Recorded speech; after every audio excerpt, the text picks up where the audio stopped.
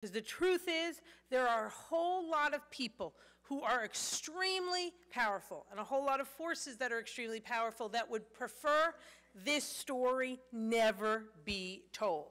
They would prefer, I mean, it's true, unfortunately, they would prefer that the reality that a woman in the military is more likely to be raped and sexually assaulted than attacked by the enemy. They would prefer that that truth not be out there. But if those truths aren't out there, that violence and that injustice will continue. So this movie, and I hope you talk about it and tweet about it and blog about it and whatever we do nowadays about it as much as you possibly can. Because we need to get this truth out there to change it.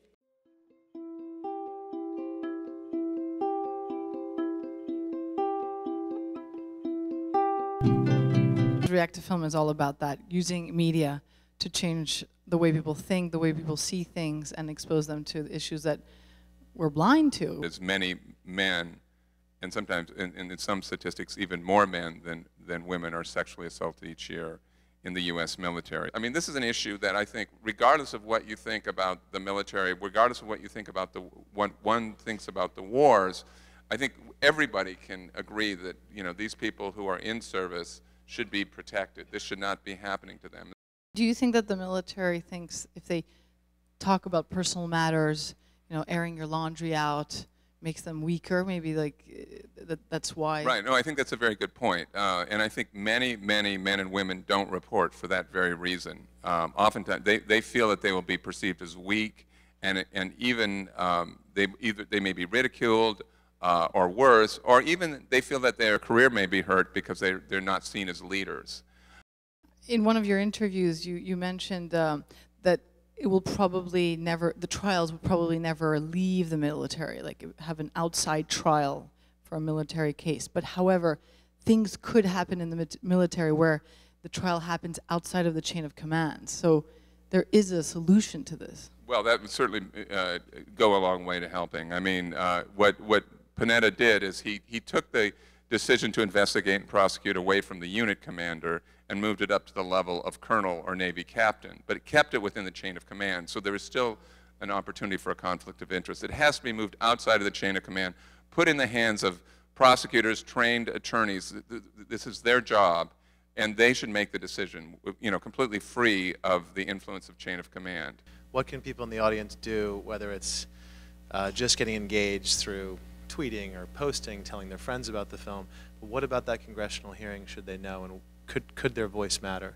Well, I think so. I mean, this is a very significant hearing. I mean, this is the hearing by the full House Armed Services Committee. I think it is the first time a hearing like this has ever been convened looking into the issue of sexual assault that has been chaired by a Republican. I think it may be the only second time the full House Armed Services Committee has actually had a hearing on this, so it's very significant, and I think a lot of that is because a lot of the pressure that has come from a lot of people from the film and a lot of other advocates that have been working on this. So, you know, anything that can be done in terms of tweeting, Facebook. I mean, certainly you can go to our, you know, our website, Invisible No More.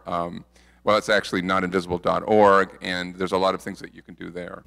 You've become such an eloquent and rational voice on this issue. At what point do you stop becoming a filmmaker and become an activist? And what's it like as a filmmaker, a documentary filmmaker, to sort of go through that process and metamorphosis and changeover? But I consider myself a filmmaker that makes films about issues where I want to see them impact society. I want to see it impact audiences, but I want to see it impact society as well. I actually think the military has an opportunity to address this issue in the way that perhaps civilian society doesn't, because they have more control over their population. They actually train values in a more rigorous way so I think it's possible that the military could actually infuse these values in these young men when they're very impressionable, and they could go out and pass those values on to society. It's interesting because they've addressed a similar situation successfully before, which is racism, where they had huge problems in the 40s and 50s and 60s with race riots. And then they undertook a decade-long campaign to go after that, and after that decade, racism, while still a problem, became less in the military than it was in society. And and then those men and women went out with those values. And if you look at, you know, racism today, I think I think most people would agree that it's less. It certainly exists. It's certainly a significant problem, but it's less than it was 50 years ago. And the military, I think, sometimes doesn't get enough credit for that.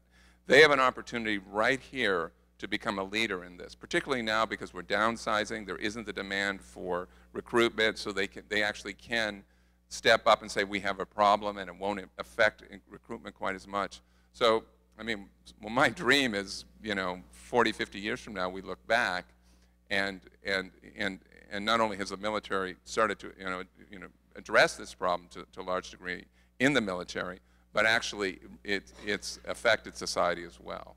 And we can look to the military as one of the reasons that sexual assault has diminished in society.